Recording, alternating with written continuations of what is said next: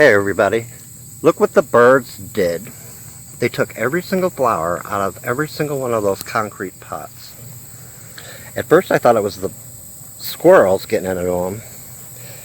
And then one morning I walk out here and I see these black and white birds that are around here lately. One flies down, pulls the flower straight out in one try, threw it on the ground, and then flew off with the whole entire plant. I don't know what they're doing with them. I don't know if it's the stems, but the stems aren't really woody. Those concrete stepping stones did have planters on them, but they've lived their life, and so now they're in planter heaven. Anyway, if anybody knows, let me know. See you in the next one.